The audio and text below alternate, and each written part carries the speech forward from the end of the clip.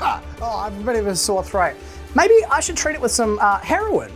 Heroin was invented by English chemical researcher C.R. Alder Wright in the 1870s. And in the 1880s, heroin was introduced to the public and marketed by Bayer Pharmaceuticals as a safe and non-addictive substitute for morphine. They sold heroin-laced aspirin, which then they marketed towards children suffering from sore throats, coughs, and other cold-like symptoms. Doctors started to suspect that heroin may have been more addictive than Bayer was making it out to be when they saw patients coming back for endless supplies. Despite the pushback from the doctors, Bayer continued to market and sell heroin until 1913.